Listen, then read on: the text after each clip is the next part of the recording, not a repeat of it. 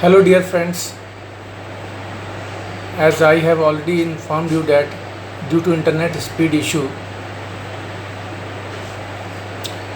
we are unable to do classes in properly via Zoom app because we are not getting proper speed for fluency of sound and screen, picture and so on. So I have decided that I will make videos of my lectures and post to you so that as per your convenient when you will get the speed internet speed you can download that videos and can watch those videos and share your experience or doubts to me. So today in today's class we will see the energy equation for flow process. Till we have studied the energy equation for non-flow process using first law of thermodynamics, that is, in a process heat supplied will be equal to work done in the process plus change in internal energy of the system, and that we have applied in the non-flow process and find out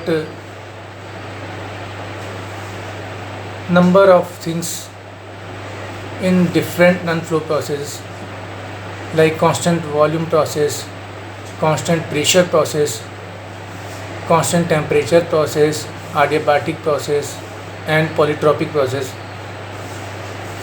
And one by one we have seen all the processes, that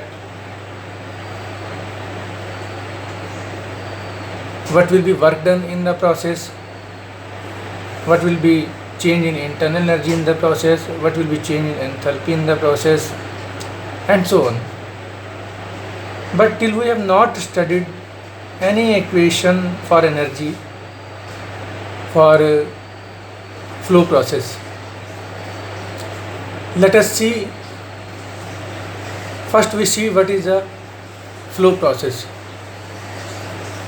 Refer the screen. The flow process occurs in open system.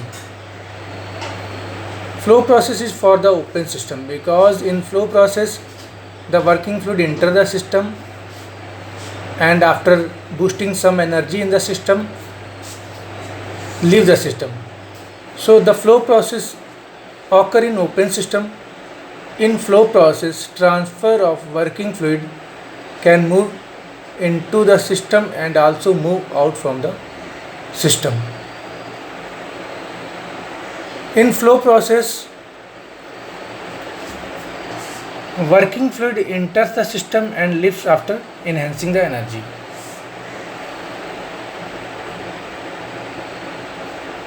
The flow process may be divided in two categories. Number one, steady flow process, and number two, non-steady flow process.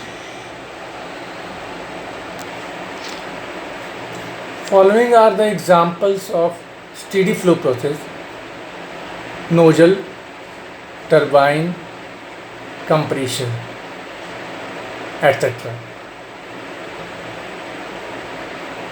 A steady flow process must fulfill the following conditions. What are those conditions?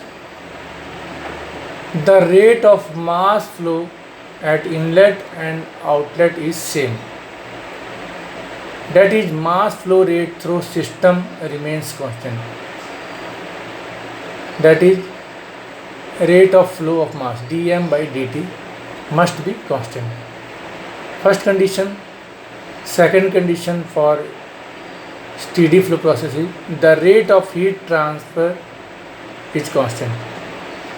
In steady flow process, rate of heat transfer remain constant. The rate of work transfer is constant. The state of working substance at any point within the system is same all the times. Means the state of working substance will be uniform throughout the working fluid and during the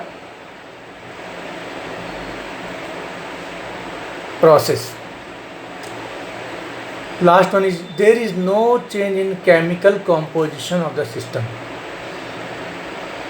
Means the chemical changes should not be takes place during the process. So these are the basics of the steady flow process. Let us develop the energy equation for the steady flow process. Now we need a mathematical equation to solve the different problems in steady flow process. So we will like to develop an energy equation for steady flow process. For that we consider a system. This is the system boundary and this is the inlet for the working fluid and this is the outlet for the working fluid.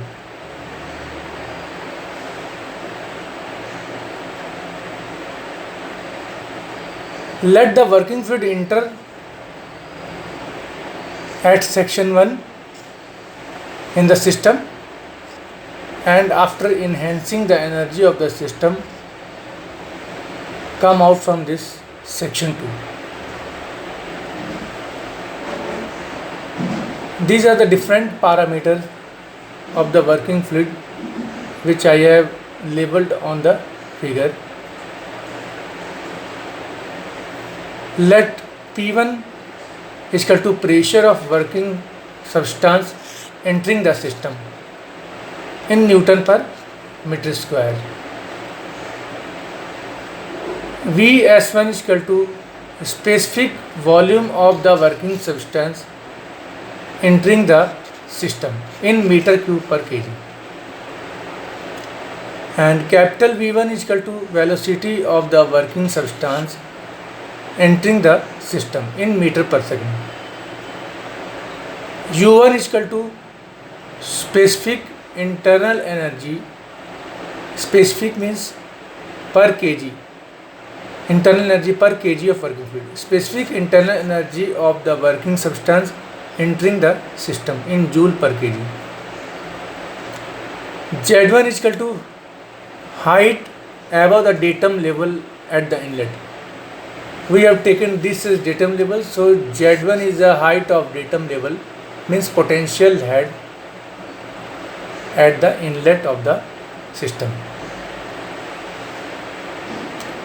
Similarly, let P2 be the pressure of the working substance coming out from the system and Vs1 be the specific volume of working fluid coming out from the system and V2 be the velocity of the working substance or mass coming out from the system through this outlet and U2 be the internal energy, specific internal energy of the working fluid coming out from the system and Z2 be the corresponding value of the datum level at outlet.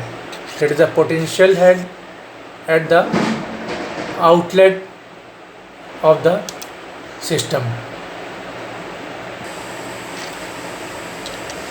Let Q12 is equal to heat supplied to the system, that is joule per kg. W12 is equal to work given by the system or work done by the system in joule per kg. In next point I have mentioned that let at the inlet P1 be the total energy per kg entering the system. So the total energy at the inlet will be internal energy of the system of the fluid plus flow energy plus kinetic energy. These all quantities are per unit weight, sorry, per kg. These all quantities will be per kg, because we are here, the flow is continuous, so we are taking per kg of the everything.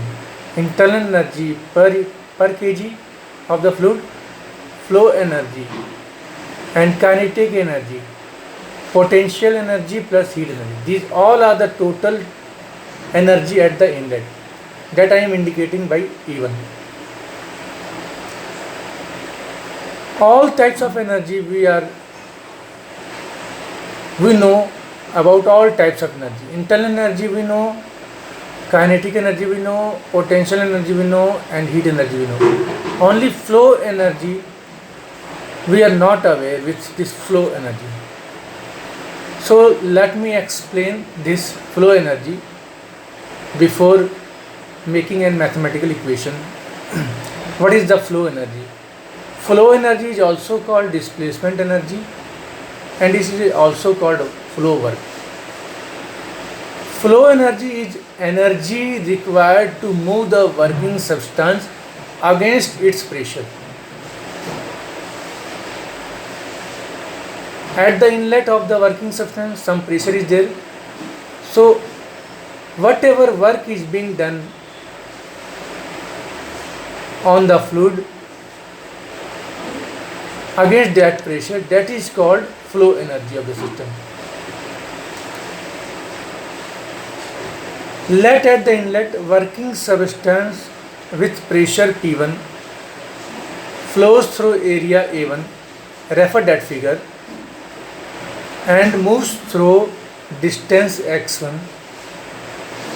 Then work required to flow the working substance at inlet is equal to force into displacement.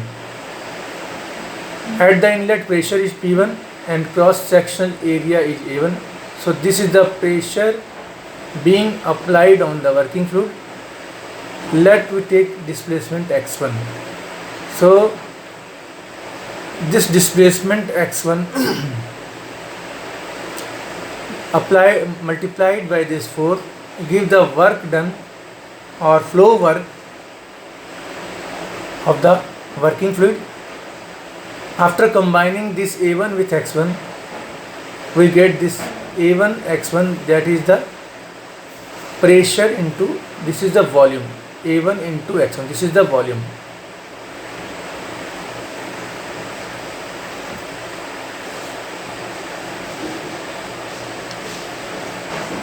But we will consider here volume, specific volume, to calculate the flow work per unit, per kg of the fluid. So in place of volume, we will write specific volume. So this quantity P1 into this specific volume will give the flow work per kg of the fluid at the inlet. Similarly, flow work or flow energy or displacement work at outlet will be P1 Vs2, that is the specific volume at the outlet of the system. So this quantity will be in joule per kg. This is the flow work at outlet in joule per kg of the fluid. Now we can write the equation mathematically, because now we are also knowing about the flow work.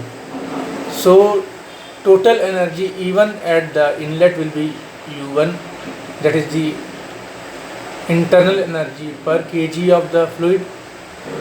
P1 Vs1, it is the flow work per kg at the inlet of the fluid, and this is the kinetic energy per kg at the inlet of the fluid, and Gz1 is the potential energy per kg at the inlet of the system. And let Q12 is the heat supplied at the inlet of the system per kg of the working fluid. So this is the total energy at the inlet. Similarly, at the outlet, what will get the total energy? U2, that is the internal energy per kg of the fluid. P2VS2, flow work per kg at the outlet of the fluid, outlet of the system, and V2 square by 2, that is kinetic energy at the outlet of the fluid, and GZ2, this is the potential energy at the outlet of the fluid, and W12 is the work done by the system per kg of the fluid. But here we know that internal energy plus P1VS1 is equal to enthalpy of the working fluid, as we have previously studied that U1 plus PV is equal to H. So here this quantity U1 plus P1VS1 is equal to will be H1, that is the enthalpy of the working substance entering the system in joule per kg. Similarly, U2 plus P2VS2 equal to H2 will be enthalpy of the working substance leaving the system in joule per kg. So in this way, we get the energy at the inlet is equal to E1 is equal to H1 plus V1 square by 2 plus GZ1 plus Q12 in joule per kg. And at the outlet, we get the energy equation E2 is equal to H2 plus V2 square by 2 plus GZ2 plus W12 in joule per kg. As we know that total energy at the inlet and outlet, including all the form of energy, will be constant. So by this assumption of first law of thermodynamics, we have E1 equal to E2. Total energy at inlet will be equal to total energy at outlet. So at inlet, H1, total energy is H1 plus V1 square by 2 plus GZ1 plus Q12 is equal to H2 plus V2 square by 2 plus GZ2 plus W12.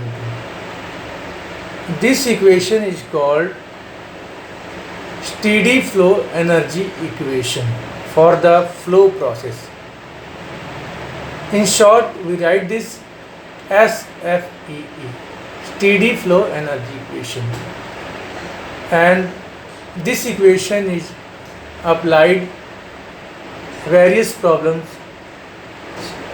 solving the different flow processes used in different devices like turbine, nozzle, compressor, etc. In all these devices, open system is there, means working fluid enter the system, enhance the energy of the system and leaving the system. So in all these devices there is